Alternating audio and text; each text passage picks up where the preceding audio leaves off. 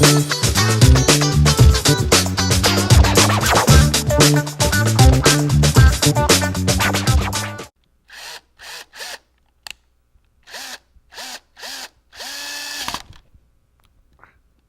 you can really do some damage with this. Well, I might be your teacher, but I really don't have a guitar tech, so, you know, I have to do some of my own work myself. Maybe when I hit the big time. Anyway, thanks for tuning in. Dave Hill here. And how you doing today? We're all practicing real hard and real busy, and you guys are getting better every week, I can tell. So let's take a few minutes at the top of our lesson now that my guitar is back together and everything looks good there, to review a little bit and then get into some other stuff we're going to have some fun with today. Okay, so you might recall from a few lessons ago that we talked about sequences of fifths. Okay, and we've been reviewing thirds, and we've done different things with our thirds, with triplets and things like that, but we're going to do fifths today, but we're going to mess around with those as well. So let's just review fifths to make sure that you understand what we've got here. In other words, fifths are basically diatonic intervals a fifth apart in a major scale in this case. So a fifth interval in a fifth sequence would sound like this in a major scale.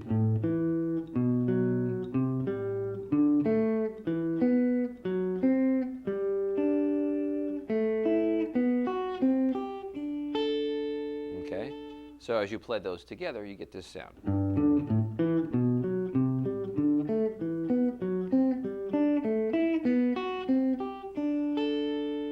Come back down.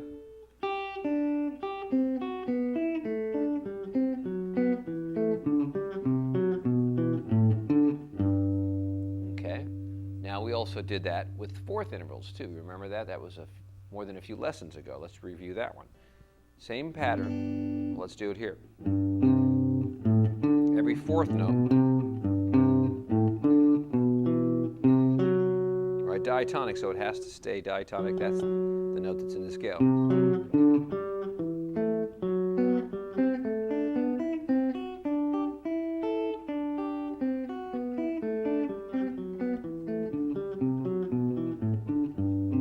Okay, so those are fourth intervals. Okay, so how are we going to get different practice out of those? Well, remember when we did our thirds? And I told you to do those in triplets just to make the grouping a little different.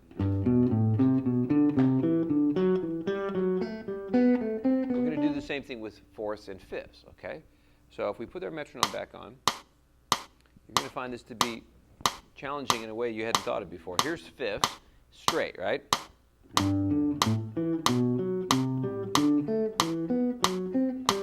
Okay, now what happens if you play them in triplets? 3, 4.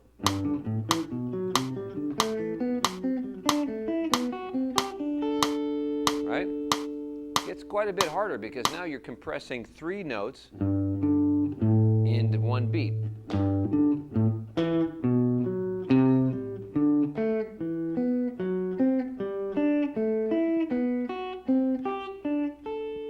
Okay, so we're going to slow that down so you can try that yourself in a more reasonable tempo.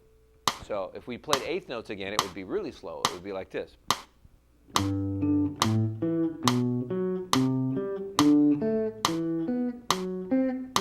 But if we add a triplet to the mix, and now we play that same sequence, but make it as a triplet, it gets difficult. 3 and 4 and.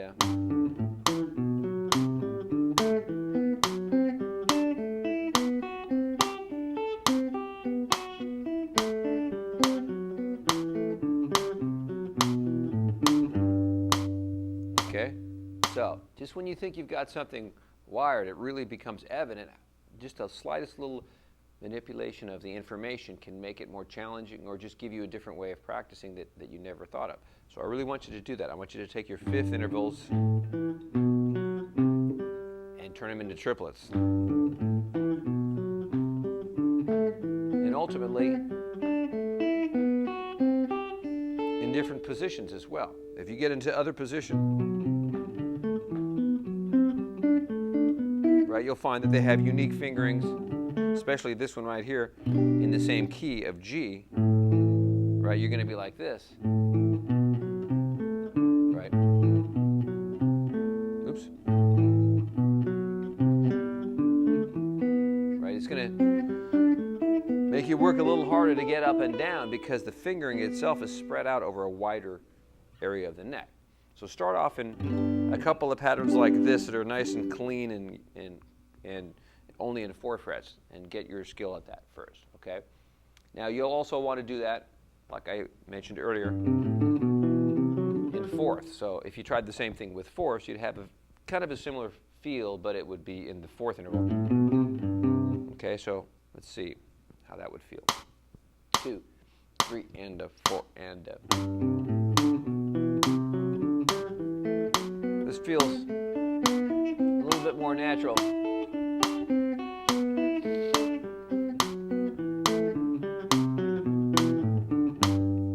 I think it feels a little more natural because there's so much more barring on your left hand rather than skipping over like you have to with fifth. So it's a little easier to play this triplet exercise in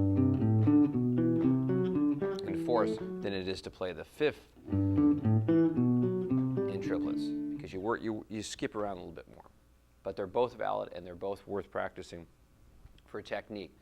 Okay, so please work on that, and you'll really start to get your finger skill and your finger control down a lot better.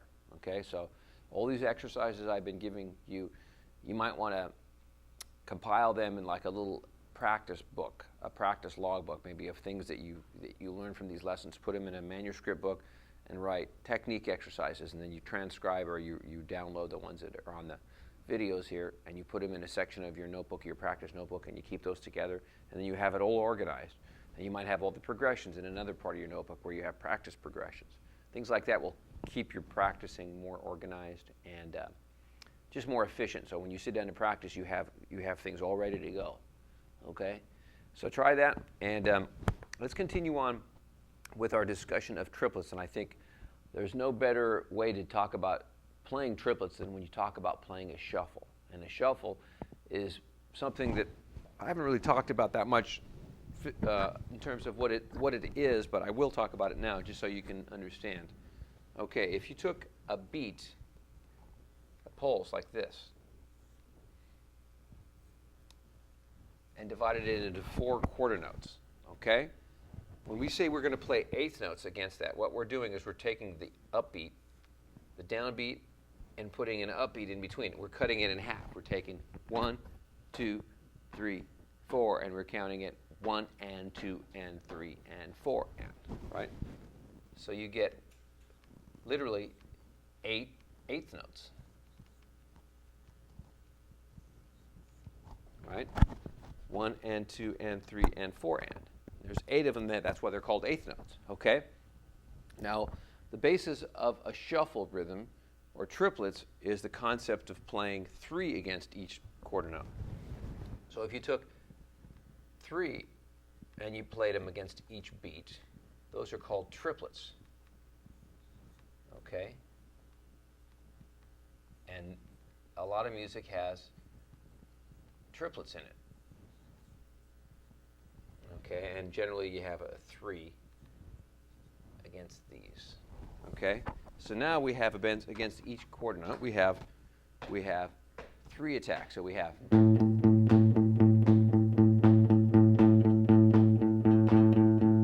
so we started off with just a pulse of a quarter note. We divided that in half, and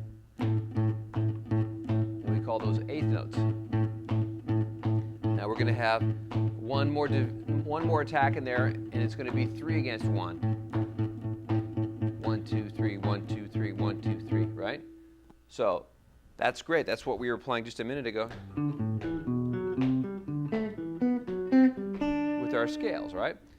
Now, what is the basis for a lot of music that you've heard in your life, especially in blues styles, is the concept of a shuffle, and that comes down to a basic concept where we take basically the first eighth note triplet and we kind of let that ring over through the second eighth note triplet and only attack really the first and the third of each eighth note triplet.